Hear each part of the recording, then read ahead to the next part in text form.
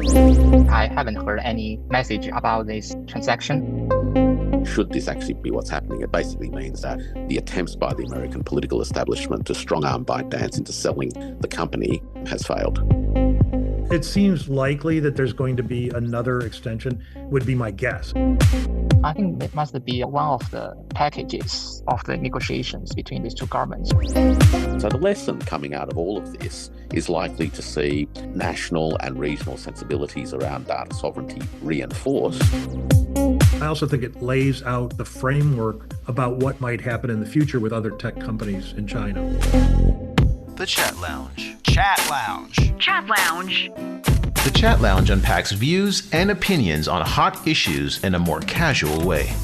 Welcome to the Chat Lounge. I'm Tu Ying. Joining me to explore TikTok's potential U.S. deal and its global tech implications, Dr. Zhou Mi, the Deputy Director of the Institute of American and Oceania Study, Chinese Academy of International Trade and Economic Cooperation. Dr. Edward Lehman, founder and managing director of China-based law firm Lehman Lee and Xu, and Warwick Powell, an adjunct professor at Queensland University of Technology in Australia. Great to have you all back on the show, gentlemen. So TikTok is once again making headlines. Washington claimed a deal with Beijing was nearly complete, and President Donald Trump stated the deal is pretty much done, and talks with China were about to begin. He was talking about this past Monday or Tuesday. So, Dr. Zhou, to your knowledge, have any talks on this issue begun or are currently underway? How do you interpret the timing of these statements? Well, personally, I have to say that I haven't heard any message about this transaction. I think that it may be possible for both sides to discuss about the TikTok transactions or kind of the future, because it is one of the promises of Donald Trump in his election. So he wanted to keep the TikTok, but also want to make it, have to meet the requirement of the United States criteria. And it is also true that China has some requirement for those companies who are investing in other countries. So they have to discuss about the issues if both sides believe it is kind of a very important thing, has to get some result. And in my understanding that since TikTok is one of a company in the digital economy, so there are so many innovations on the using of the data and also managing those critical messages of the different society based on the laws. So it may be helpful for them to do some kind of examples to trying to make the regulators believe that the operation of this company will benefit both sides of the government and the society, and will not break the law or violate the law or regulations of the both countries. I mean, that may be possible for them to reach some progress, but I don't know whether it is a time for them to just solve this problem, because when we are talking about the trade negotiation between these two countries, they are much more widely covered. I mean, for the sectors, for some rules or tariffs not on specific company. I think that maybe are part of the deal, but I'm not quite sure. All right. Then, Dr. Lehman, why do you think this deal actually matters so much to the Trump administration? In fact, I think he would bring this up every now and then over the past few months, right?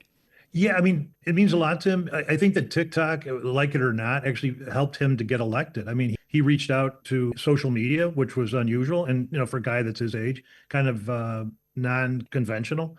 He's got a timeline that they're looking at, which is a U.S. national security law or concern. It's called Protecting Americans from Foreign Adversary Controlled Applications Act, which mandates this divestiture or the ban has to go into effect by January 19, 2025. And then that was extended. And I think, he made a big public pronouncement about that. He's a big guy in making a deal. I don't think that he's necessarily stuck on ideology as much as he is on trying to make a deal and make something go forward. At the same time, I think that there are people who are in the Congress now who would like to, and it's an easy target to make this not work for TikTok or for the Chinese in any way, shape, or form. I think he's kind of overriding Congress, and he's overriding public opinion with having this deal go forward. Although, like I said, 170 million people in the United States are using TikTok, which is insane considering our population. Right. And from a third country's perspective, Professor Powell, do you see this as a genuine policy update or more of a campaign play? Look, the timing of all of these things is interesting because it has taken place against the backdrop of the cessation of the 90-day hiatus for the Liberation Day tariffs, where many deals were promised at the outset, but very few have materialised.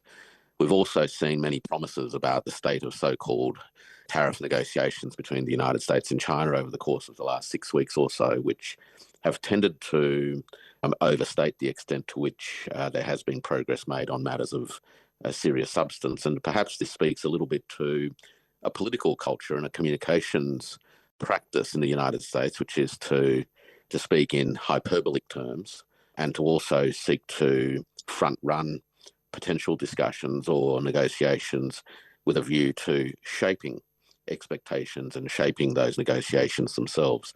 So when I saw the reports of, initially the impending deal, reports of a sale to Oracle and this, that and the other, I took all of that with a little bit of a grain of salt.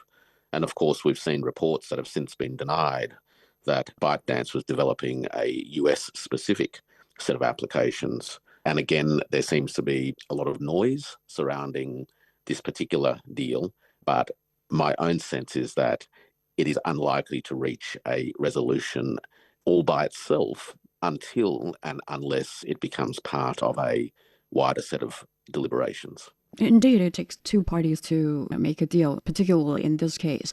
And on the Chinese side, in response to questions about the latest TikTok negotiations, a Chinese Foreign Ministry spokesperson said China has reiterated its position on multiple occasions without offering new details. But to some extent, it actually provides some evidence to what Professor Powell just mentioned.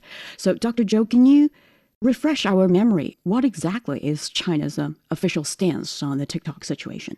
Yeah, personally, I cannot represent the government, and I think that for China, there are maybe two kinds of things. The first one is that we know TikTok is a private company, so the operation should be based on the decision of the market.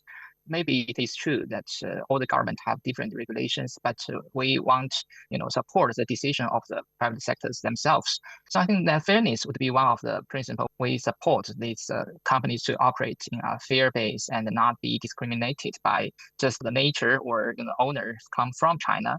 And the second one, in my understanding, is that any companies who are related to China's market, they have to also obey the rules of Chinese government. So when we're discussing about the practices of many Chinese companies when they went abroad or invested in other countries, there were also a lot of requirement for them to obey. Like, when they're talking about the technology, about the services, about the goods, they have to meet the requirement of Chinese government when they are exporting something from China. So this new situation has changed a lot when we're talking about TikTok, because the digital economies are creating some untouched fields, unmonitored areas by the government. So when they are trying to discuss about what should be managed, what should be governed by Chinese government, there are a lot of things we have to discuss. So respect to the authority of a Chinese government is also important. So I think this may be the principles. We need to give the companies more confidence when they are doing businesses in the foreign markets. They should be respected fairly and also based on the certainty and the stability of the rules. I think that may be the messages we need to understand. You've provided a lot of information on this, but actually when English media report on this, they use the word sidestep. Beijing actually sidestepped this question. So Professor Powell, how would you interpret the tone and intent behind such a response? Well, in some ways, it reflects the difference in practice, I guess, in terms of how governments and government officials engage in ongoing rolling commentary in relation to issues that are currently at play. So, as I mentioned earlier, the American political culture and communications practice seems to seek to front-run deals as, in part, a negotiating tactic. But there's also a hyperbolic element, particularly towards the ways in which President Trump seeks to talk up where things are at. The Chinese side has historically, not just in this particular matter, but in many other matters, tended to take a much more less explicitly hyperbolic approach. And the responses, I think, from the Foreign Ministry spokespeople really reflects that. It's simply saying that China's position has been articulated before, that position, of course, hasn't changed. Those are the issues that will ultimately make or break any proposed transaction, and they go to laws concerning the sale of technologies and whether or not those laws will be impacted by any proposed transaction. The other thing that's important to bear in mind, other than the way that government is communicating its particular posture, is that the entire sort of commerciality of this transaction, so the talk is that it needs to be dealt with on market terms, but the entire commerciality of this has never necessarily made a great deal of sense for ByteDance. Many people think that TikTok USA is a make or break of ByteDance as a business, and therefore the United States had an incredible amount of leverage over ByteDance. But the fact is that TikTok US revenue makes up less than 25% of ByteDance's total revenues. That's not a small amount, and it's not an amount that you'd walk away from, but it's certainly not what you'd call the make or break leverage.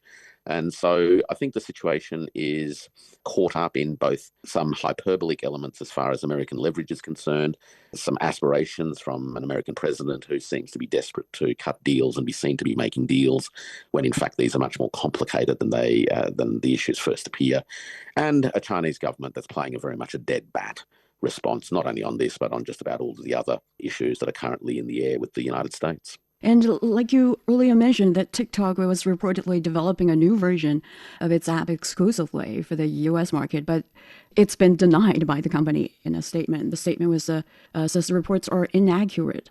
And earlier, ByteDance, the Chinese parent company of TikTok, denied reports. It agreed to sell its U.S. operations to a consortium led by Oracle. So, Dr. Lehman, do you think a brand new app designed only for the U.S. market is something the company may eventually have to resort to, given, so many requirements both in the United States and in China? Yeah, I mean, that has been thrown around. Again, a lot of it is shrouded in ambiguity. What I can say for certain is what we're looking at from a legal standpoint. So we've got a Supreme Court case called TikTok versus Garland, and that came out, and it was in January, and then I think it was adjudicated finally in April, and then it was saying that there's essentially a ban. So that's like the U.S. rules about it. And then Mr. Trump, that we have three branches of government. He's the executive. The Supreme Court is infallible in the United States because they're final. They're not final because they're infallible. So they're the ones who have actually voted, and adjudicated to ban TikTok, because they're saying it's a foreign adversary that's controlling this. Right, wrong, or indifferent, that's what the judgment was. Now you've got China, which has its own laws, policies, and regulations, and the two really don't talk to each other. So they don't have, in a lot of cases, they have these multilateral treaties that oversee legal things, such as if someone runs away with money to the United States, how do we get that money back, and how do we extradite that person who might be a criminal in China, and the money's there. We don't have these kind of treaties, weirdly enough, between the United States and China. And I bring this up just by way of comparison. So we don't have those kind of practical things in place. So we don't also have them in place for some corporate deals as well. And so China has its own set of laws, policies, and regulations as to the algorithms. I think that Professor Powell said before, I mean, ByteDance in the United States is doing perfectly well. I think they have 146 billion in revenues as of 2023, and then there's like 7 billion in cash reserves. I don't think that they have to do this very urgently. The Supreme Court has told them that they have to do this or they're going to shut them down. Mr. Trump then stepped forward and said, let's give them a little bit more time and sort out what the heck is going on. And so I think that if you look at the Chinese rules, then there are a bunch of laws, policies, and regulations having to do with technology. And this doesn't really fit into that narrative with, national security and economic interests and algorithms. And the Chinese government have different laws as with regards to what can be exported and what can be utilized across borders. So we've got this confluence of events where we've got this new technology, we've got laws that are being put into place that aren't fully up to speed with the new technology. And I think sometimes it might seem political, and I'm sure it is. But at the same time, I think from the legal perspective, we don't really have the tools to fully figure out how to implement these things from a Chinese perspective or from a U.S. perspective. But I do think everyone, I would imagine, would like to keep this thing going in some way, shape, or form. The Chat Lounge. The Chat Lounge unpacks views and opinions on hot issues in a more casual way. But from the U.S. perspective, the Supreme Court actually can, like you said, just shut TikTok down, right? The U.S. branch of TikTok. That's correct. And that was what Mr. Trump, I mean, so that came down and they made an adjudication to ban it based on foreign adversary, having this ability. We may say, hey, is this unusual? And the answer is no. With regards to our history, foreigners couldn't own media in the United States. For example, Rupert Murdoch had to become an American citizen in order to own some of the media concerns that he owns in the United States. So this is not super unusual. I mean, it's new players in a different kind of medium, but that's what they're saying in this particular case. And so people have moved on. But the answer is yes. This could have been banned. Mr. Trump stopped the ban, extended the time, and they're sorting out, folks to purchase and how to purchase. And I think, China has come down strong, and they have rules and laws and policies about exporting technology. And the question is whether this was properly done or not. And I think those are valid concerns. Why would President Trump give this an extension, 3 months extension then? He gives a lot of reasons. He talks quite a lot. So it's hard to tell exactly. But I think, he does know people in this media space. He does know people with a lot of money. Perhaps, it's to allow them. And of course, TikTok was, I think, instrumental in electing him. I think he's got a young son that's 18, 19 years old. So maybe he's listening to that. He did some things like with ZTE when they were facing some kind of problems and bans. He went light on that. I don't recall all the details of that now, but there have been instances where corporations that are Chinese have been, given a reprieve at the last moment. And ZTE is another example of that. But I think he truly wants to get a deal done.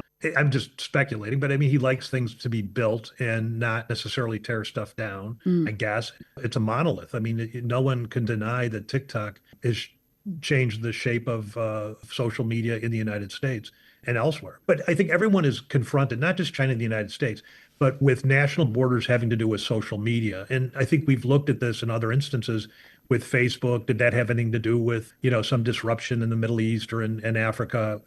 Was that a problem? And so I think all governments, rightfully so, should be cautious about how to proceed with these types of things. But having ownership being in foreign hands for a U.S. organization that can get in touch with 170 million people is something to take pause with. And China releasing such an incredible technology abroad and not having control of the algorithm is also something that they should be, there are laws to protect you from doing that.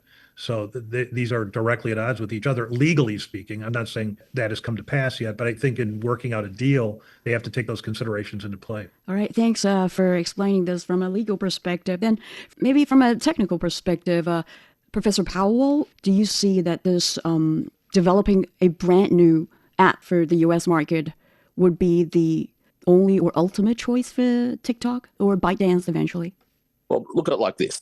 As Professor Lehman has indicated, there is in effect a ban that has had a stay of execution due to executive intervention by President Trump.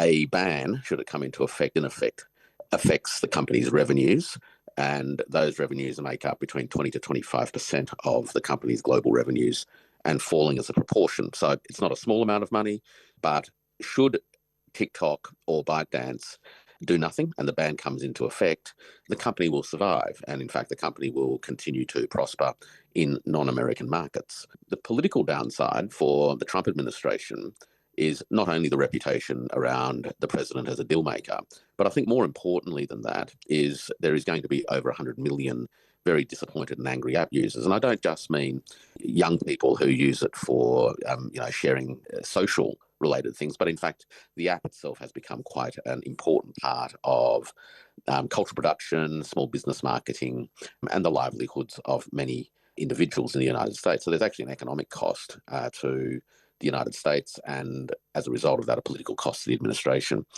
As far as an alternative US-only bespoke app is concerned, as you mentioned, that's been denied by ByteDance, but should that be what ends up unfolding, and of course there's a big question mark as to whether that's actually the case or not, but should that be what is actually unfolding, then that's essentially a concession that there will be no sale.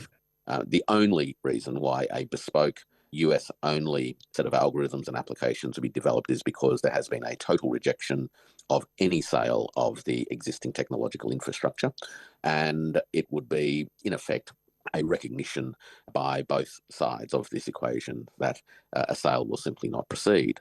The idea of this app being developed is, in effect, being financed by a prospective sale. Now, this may be a function of American big tech interests really come into play, because let's not forget, there are also substantial technology interests here, not just from a technical point of view, but from a commercial point of view. ByteDance, through this particular app, has been cannibalizing some of the revenue potential of the United States market for established incumbent American big technology firms, many of whom would like to grab some of that back.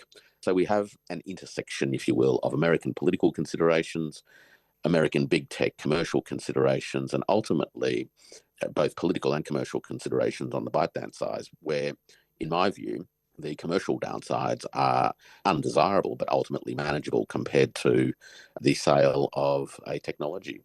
Technically speaking, of course, another bunch of code can be developed and a US-specific version of an app can be rolled out. But should that be the case, that really represents a kick in the face to the attempts by the American political system to strong-arm ByteDance into selling the business. ByteDance is basically saying, look, we're not selling, you're not getting the app, but if you guys want to finance us to build you a specific app for your market, then we'll certainly look at it. But don't you think a brand new app for the US market is a good idea? Because it can avoid a lot of troubles, right? Well, the question always is it a good idea for whom? And for the company and for the regulators on both sides. Well, from the company's point of view, as I said, it would be financed by a prospective acquisition, so that that there are some commercial upsides in that process. Should ByteDance retain a portion of equity in an American special purpose vehicle that operates an American-only app, then of course there are also revenue opportunities for the company as well. But what this really says is the company isn't selling, and if American commercial interests and political interests want to reclaim some of this market back from ByteDance, then it's going to need to pay for it. In that sense, this delivers what you could call a commercial and political face saver. But let's make no mistake about this. Should something like this happen, and again, ByteDance has denied it, but should this actually be what's happening, it basically means that the attempts by the American political establishment to strong-arm ByteDance into selling the company has failed. In that sense, ByteDance doesn't necessarily have to sell TikTok US because it can incorporate a new company, right? And with this newly developed app specifically for the US market, wouldn't that be a good idea? Maybe. Well, look, I think the issue is that, and from memory, and Professor Lehman can correct me if I'm wrong or at least fine-tune my answer, but broadly speaking, there is legislation in existence in the US that could actually be extended to another fully owned special purpose vehicle. If it's just another company and it's fully owned by ByteDance, then we're going to literally come back to square one. The talk that was doing the rounds was that this new app would be developed for a new company that would have a minority ownership from ByteDance and a majority ownership by an American consortium. And in that case, what is in effect happening is that the American consortium is financing the development of a new app, accepting that part of the price that they pay for this is that ByteDance maintains an equity position in the new entity. Is that a face saver? You could argue that, and I think everyone can walk away being not entirely humiliated in the process, which is, of course, a good thing. But at the same time, it really means that the American political establishment did not get what it wanted. All right. Dr. Lehman, do you have anything to add here or any disagreement? No disagreement, just a fine-tuning. I think the devil with this, or God for this, is in the details. And I think that this discussion about the new app is a way to, because most people don't know what's going on. What does that mean, new app? What does it mean, algorithm? And certainly the court doesn't know, and maybe the executive branch doesn't know, and Congress doesn't necessarily know. So when they start trotting out stuff like that, maybe even China doesn't know, then it's, to me, as a rank and file person, just kind of understanding the basics of it. There's intellectual property, there's know-how that's connected to this. That's international. Then there's privacy and secrecy laws, which is national and can be international as well. But I think it's a way to say, hey, I think we need more time to sort this out. There was going to be a separate business and infrastructure in which all the user data would be stored on US servers, possibly managed by Oracle, to prevent, access by ByteDance's China-based employees. Then we also have to look at the actual structure, who holds the shares now. So from my understanding, the shares are partly owned by Chinese nationals, and some of them are in the United States, some of them are in China. They would fall under the jurisdiction of perhaps both of those jurisdictions and have to be able to obey by each one of them, just like one would with taxes and other types of things that each one of these comes to play. So I think, one, they're buying time. Two, there are laws, policies, and regulations that regulate it. Three, nobody knows what a new, quote unquote, new app really means. other than, it's going to be some other type of entity. To your point about whether they create this new enterprise, hey, we're NewCo over here. We've got nothing to do with that guy behind the curtain over there, the ByteDance. That's another kind of, I think, a perception that one can create to allow folks to technically get past these U.S. Supreme Court ban. Hey, we've created a new enterprise. Now the question is, what does that precisely mean? So it's hard to point fingers at anybody in particular. I think that you're moving a billion person using app, and then you've got 170 million that are in the United States. And if there's any disruption with regards to those users coming on with a so-called new app, I mean, heck, we tried to get healthcare online, and that was a disaster in the United States. And so could this happen here? The answer is yes. Do you get a disruption in users? The answer is yes. Would there be a valuation? I think the valuation is anywhere between billion and 400 billion for the U.S. portion of the business. Depends who you ask. All the usual players are there that own shares or potential shares in this already. And then you've also got, Chinese nationals and individuals that own shares. And some of them come with caveats or restrictions on those shares about who they can deliver those shares to for a whole bunch of reasons that we can't see, employment contracts, everything else. So there's a lot to consider here. I think someone's just going to, take a plunge at it, and then there will be litigation aplenty and accusations aplenty on both sides. But I wish I could point to a huge villain in this thing other than, this is something worthwhile that people don't necessarily want to destroy and does serve a purpose for folks, and people are taking a look at it. So that's kind of where we're at with it. Yeah, I understand the devil's in the details, but legally speaking, it's a viable solution, or do you think it's absolutely hard to achieve? Oh, no, I think legally speaking, it's viable. The question is, what is a new enterprise? What is a new app? Is it just, does it look different, or is it a whole bunch of other things? You've been listening to the Chat Lounge. Check out the broader implications of the TikTok case for the global tech industry after the break. Stay with us.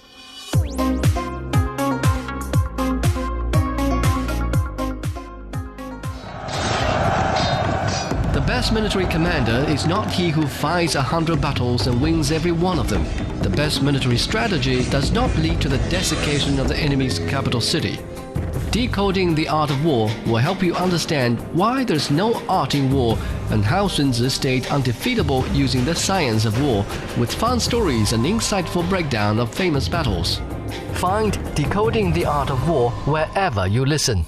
Welcome back to the Chat Lounge. We continue our chat on TikTok's potential U.S. deal and its global tech implications. And on the Chinese side, Dr. Zhou, have you or your colleagues at the Academy ever discussed the possibility of this, endgame scenarios?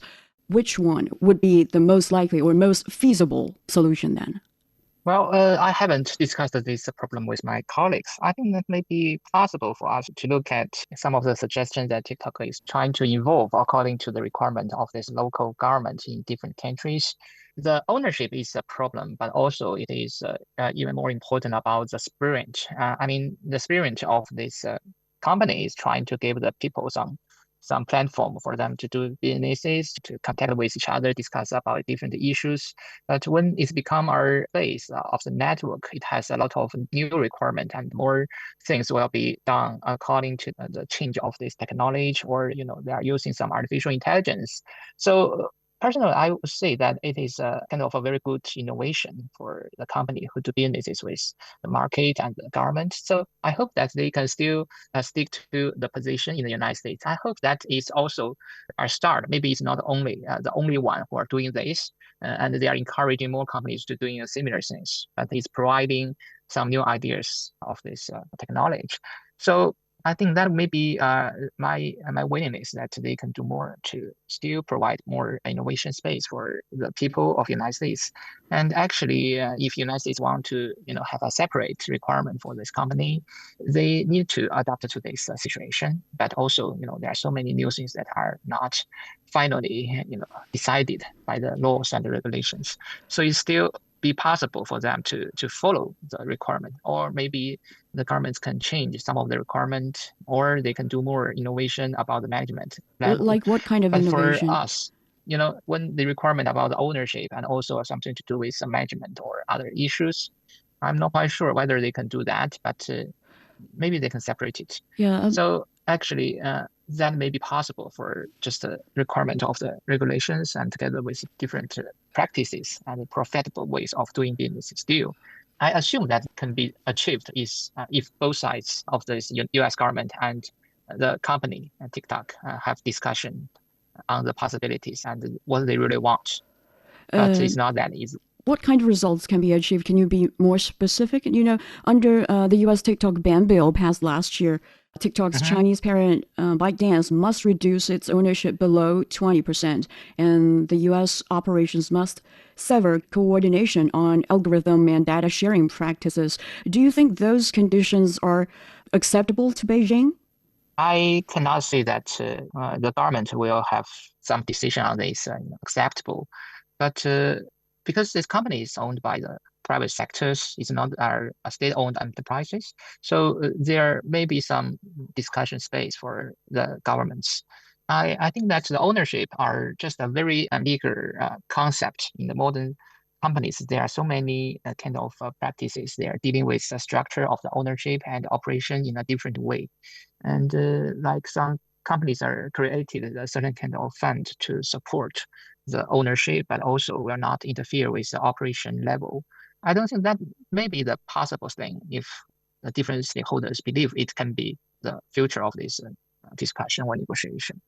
All right, then, Professor Powell, if, like what TikTok said, developing a brand new app for the U.S. market is not accurate for them, or probably at least for now they are not doing it, then what kind of solution do you think could be a choice for that company?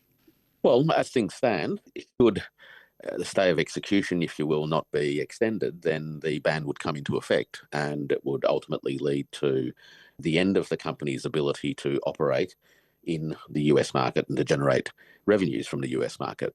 The consequence of that commercially is obviously a big hit to the bottom line, but as I mentioned earlier, it will not be a death knell to the company at all.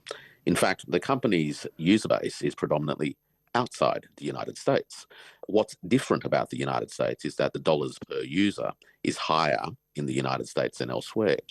What it will mean for the company is that it will seek legal recourse where it can, and I'll leave that matter to the lawyers to consider and discuss. But commercially, it will have no choice but to commit greater effort to consolidating its position in other markets of the world and growing not only its user base outside of the United States, but increasing the revenue per user than is currently the case. That's what the company will do, and there is no reason why the company won't be able to do that and can't do that. Is it possible for ByteDance to entirely give up the U.S. market then? Well, from a commercial point of view, losing the US market does not mean the end of the company, and that's my point. It may be a price that it needs to pay if, firstly, it cannot sell or will not sell. And if the US insists on going through with the ban, then that's what will happen. That is, in effect, the worst case commercial scenario. What does the company do in that circumstance? Well, it has legal avenues it can pursue, perhaps. Ultimately, it will need to see changes of laws and all those sorts of things, which I think are a long way off and highly unlikely in the current geopolitical environment, which really means the company will move away, as far as its focus is concerned, from developing the North American market and develop its business elsewhere. You've got to remember, the world is a bigger place than the United States. And so companies that are, in effect, not welcome to operate in the United States simply have to explore the rest of the world. And that's what ByteDance will do. Dr. Lehman, what's your take here? The rules are that the ownership has to be reduced to 20%. Okay, so that's a U.S. rule. But there's so many ways to get around that if anybody has any kind of, yeah. I mean, for example, when Mr. Trump becomes president, he has money, as did Mr. Biden, as did Mr. Trump before that, as did Mr. Clinton, as Mr. Bush and Mr. Obama. So when they become president, all their money goes in what's called a blind trust. That means that you give instructions to a trustee to hold your stuff, whatever that is. And then you can be both that which gives money to the trust or gives your rights to the trust, as well as be a beneficiary of that trust. It's something we have in equity, and it's not something that they have in Chinese law per se, is civil law as opposed to common law. And so it creates this fiction that you don't really own this stuff, but the trust owns this stuff. And it's been a tax dodge for people for a long time.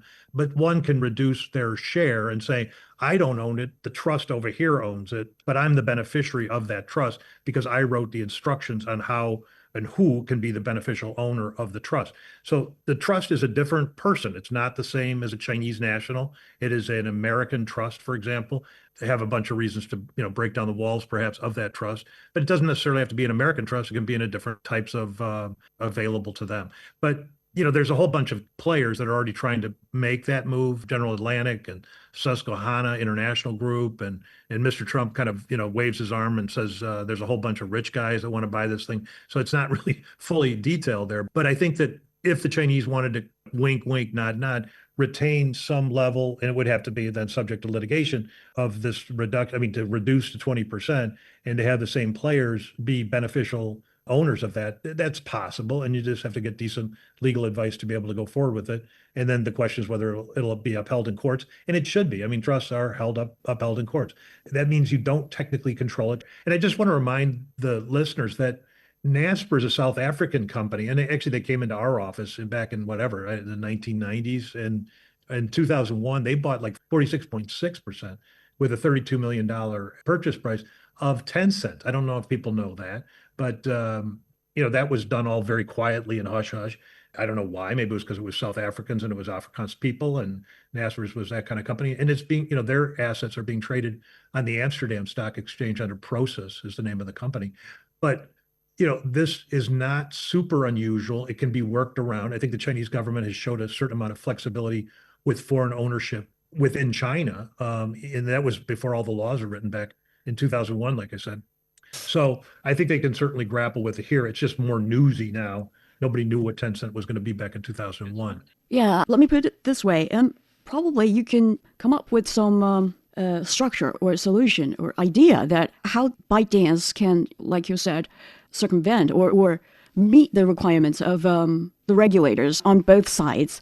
I know that may cost a lot for a company have to provide such services for them. But maybe a brief idea, give us a brief idea. How can ByteDance eventually solve this through some structure that you design? Like I said, there's a lot of tools. I mean, not just me, but anybody who went to law school can sort it out. But there are many tools available where on paper, you're meeting the letter of the law, but not the spirit of the laws.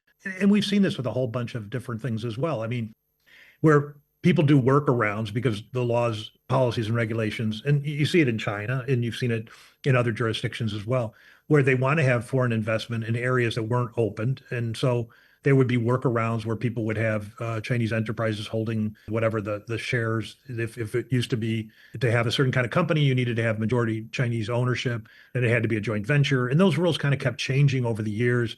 So the same thing can be done with regards to operating in the United States lawfully. I mean, Chinese companies, own some mega companies in the United States, like Tyson. Is it Tyson Foods? It's or is it Purdue? But they own a number of these enterprises, that are American stalwarts. And columns of the society, and that seems to be going okay. And they find a workaround to do that. And I certainly think that this can be done in this particular instance with the proper legal advice. So I think that if you look at it and you read in the media, ooh, wow, we've got to limit it to 20%, and that seems really impossible. Again, just having a clever legal counsel or consultants to be able to help you work around the tax and the ownership perspective, that's not such a huge barrier as people might think that it is. I mean, Mr. Murdoch had to become a U.S. citizen to own his media stuff, and he was the ultimate beneficial owner. But I'm not sure that that would be the case in this particular instance. And so I think that there are workarounds. It costs money, like you said, for legal advisors or consultants to do it, but it's not the end of the world. And certainly there's enough money in this thing, obviously, that would incentivize some consultant to be involved. The Chat Lounge. The Chat Lounge unpacks views and opinions on hot issues in a more casual way. Yeah, I understand. Obviously, ByteDance will have a very powerful group of legal experts for this. But maybe on the Chinese side, to Dr. Zhou, under what circumstances do you think China or Beijing would give the green light to the deal then? I don't think that is, what we really want to just for the government, because the law is there. They have a lot of requirements for the companies. If it is obviously against the laws or regulations, I don't think that the government will just make these transactions happen. So it's unlikely the circumstances. I think, as we have discussed, it must be one of the packages of the negotiations between these two governments, or kind of discussions by the two sides. Otherwise, I don't think the government will do it unilaterally to let it happen just according to the requirement of your side. And Professor Powell, what's your anticipation for the Chinese side? Well, it seems to me that the evidence over the last 3-4 months is that Beijing is in no hurry to arrive at rushed agreements. Everything's now on the table. The Liberation Day tariffs were suspended 2 days after they were announced for all countries but China. China didn't back down. China actually responded with its own reciprocal increases in tariffs, which ultimately led to the temporary détente, which has enabled the discussions in Geneva and elsewhere to proceed. But the pattern is that the folk on the Chinese side don't seem to be in any hurry whatsoever to arrive at agreements, particularly ones that involve excessive compromises and a dramatic dilution of national interest. This, of course, puts it at loggerheads with the position of the US Congress and the political classes inside the Beltway in Washington, broadly speaking. But I don't see, in the 1980s, British Prime Minister Margaret Thatcher once said that this lady is not for turning. And I get the sense that in 2025, Beijing is making it very, very clear that Beijing isn't for turning either. And I would expect that there will be some difficult discussions yet to be had across the entire front of interactions between the United States and China. And this just happens to be one of the most obvious issues on the table. But there won't be, in my own sense, any rush to conclude this transaction outside of the context of everything else. Right. Maybe it's like what you said, Beijing is in no rush, but there is this deadline, right? Even after President Trump extended this to September 17th.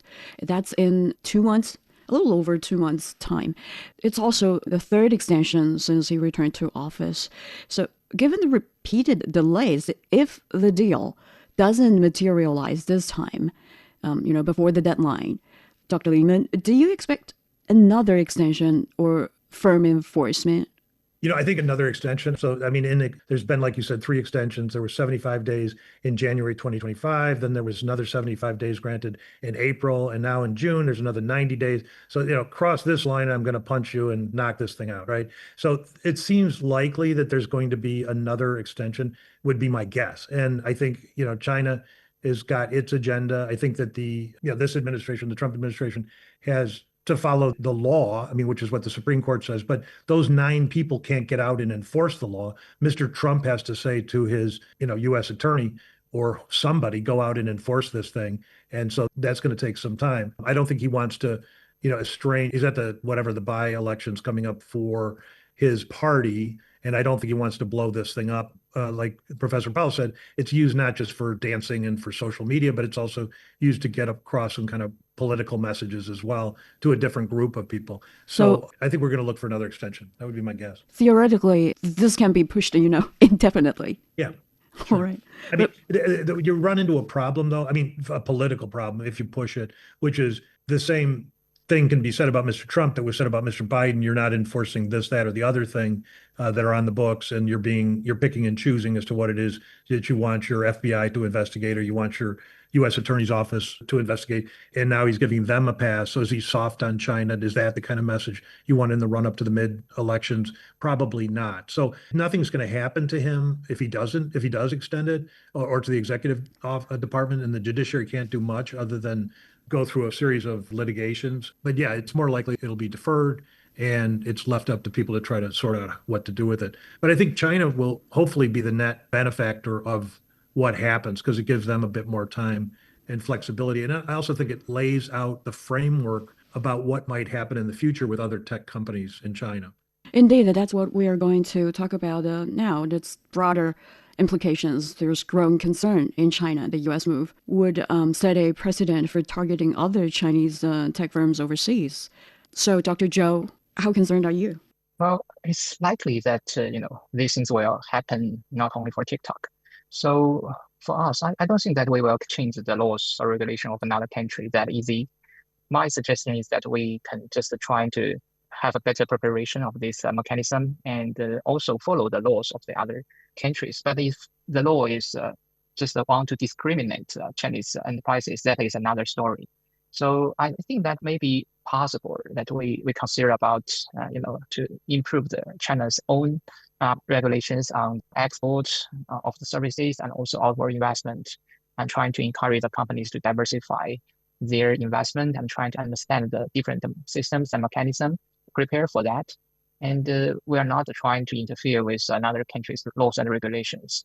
So I think we can only trying to do something based on ourselves and intentions and trying to encourage the companies to have more opportunities in different markets instead of just focus everything on just one basket. Always behave like a real gentleman. Professor Powell, what's your take? Could this case become a model for other governments to pressure Chinese apps, perhaps, prompting similar actions in countries like India or the European Union or other regions? Look, this issue of technological competition is clearly one that is coming into frame, and jurisdictions around the world will be looking to enhance their own abilities to protect the things that they believe matter most to them, such as digital governance and its autonomy, the extent to which nations or jurisdictions can achieve certain levels of data sovereignty, protecting individual private information, etc., etc. Again, this one company, in some respects, is caught in the crossfire of multiple sets of concerns. Some of those concerns, of course, I think are legitimate, and they are concerns that are amplified across all countries, including China. How different jurisdictions will look to this particular case as far as lessons to be learned, only time will tell. And I say that because it will depend on the outcome.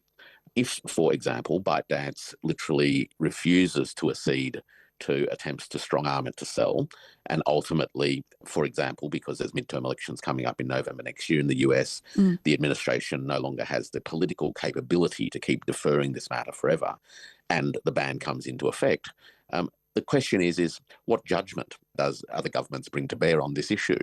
Is the judgment that a Chinese company, or a company actually that's majority owned by non-Chinese interests, ultimately stared down the American political system's attempt to strong-arm it? Because you will have a particular set of reactions as a result of that judgment. If, however, your judgment is that this particular Chinese company is belligerent and refuses to be accommodating and negotiate in good faith, then you might end up with a different set of approaches as a result. So a bit's going to depend upon how this particular issue plays out, what the end outcome is, and ultimately also how the issues refract through the specific concerns in each location. India is not the EU. The EU is not Africa.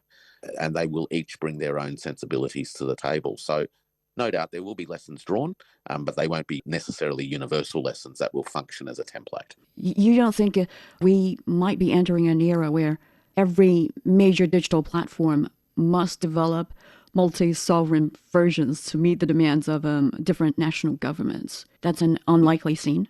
What I meant was that each region will have its own particular take on the issues. All right. So there won't be a single standard response. I think, however, each region across the world is starting to show a greater sensibility, as you say, to the issues of digital sovereignty and a need to ensure that global technology solutions and systems do not override the local laws of the land. Now, what's interesting about this is that if you recall, J.D. Vance gave a number of speeches, including ones in Europe, where he in effect told the Europeans that Europeans should not have laws that would make life difficult for American big technology, and that American big tech really did have a right to transcend the jurisdictional requirements of particular regions and do what it wanted to do. Is that the future that these places want? Is that what the EU wants to see? An environment where American big tech basically says it's my way or the highway? I suspect not. So the lesson coming out of all of this is likely to see national and regional sensibilities around data sovereignty reinforced, but not necessarily in a way that closes up shop for the participation of global companies. This is going to be a tricky area, where we are going to aim for data interoperability, but at the same time, data sovereignty. But I think from a technology point of view and a legal point of view, there are plenty of solutions that can square this particular circle. Okay, if you say so. Dr. Lehman, do you have a different opinion? I think they're going to have to thread the needle very carefully because, you've got, like I said, this Protecting Americans from Foreign Adversary Controlled Applications Act. But that won by a lot, by 352 to 65 in the House and a vote of, 79 to 18 in the Senate. So that people are looking at that. And I think that as Professor Powell said, if you look at the European Union, I think that they take data and privacy to a whole nother level. That the case that we're talking about, TikTok versus Garland, by the way, the defense was brought up as a First Amendment defense. So the First Amendment to that Constitution was about none other than free speech. You don't really have free speech in many parts of the world, even in the United Kingdom. And someone saying something in the United Kingdom at the Glastonbury Festival that's refused a visa to enter the United States can limit someone's freedom of speech, for example, in somewhere else in the world. So that was the context in which the case was brought to the Supreme Court. So is that the template that will come forward in the future? Hard to say. That was the template we saw with TikTok in the United States in the Supreme Court. But with companies like WeChat or DJI, which is the drone outfit, you might look at it as something else. WeChat might be the same, but it does a whole bunch of other things. It's a payment place as well.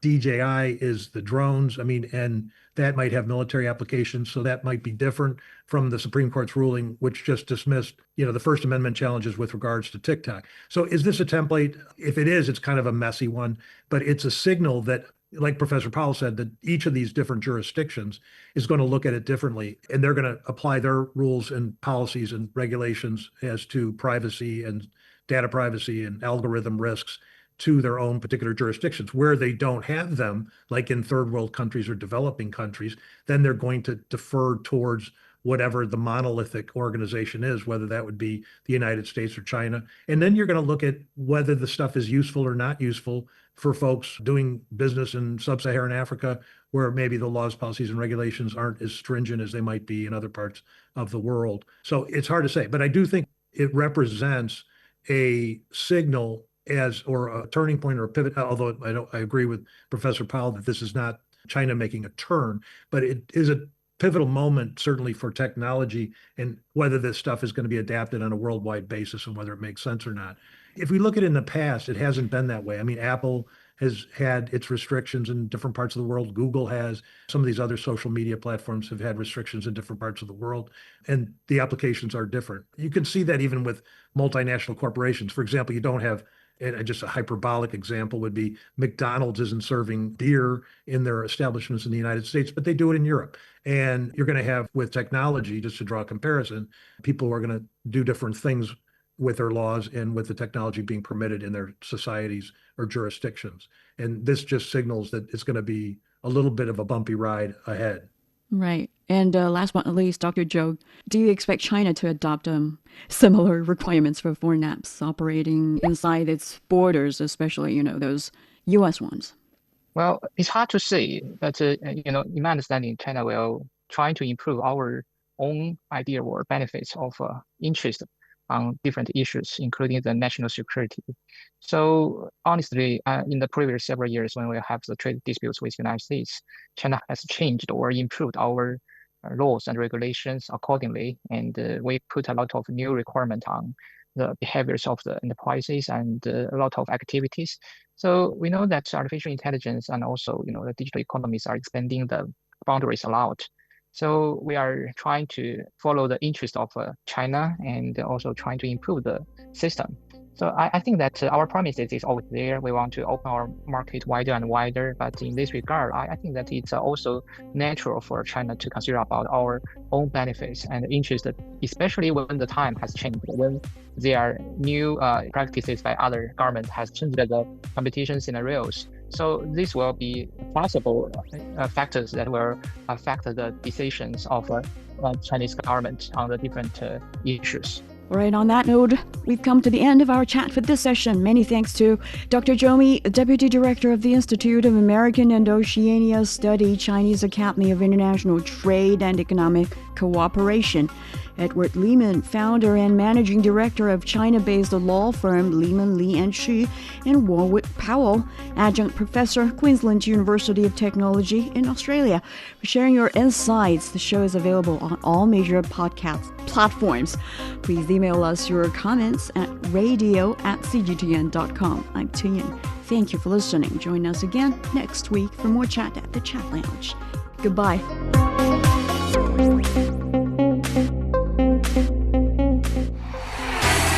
Sideline Story brings you all things sports related. The hottest topics, latest events, juiciest stories, all with a very personal take. Subscribe to Sideline Story Podcast for heated sports discussions covering events that are happening in China and around the world.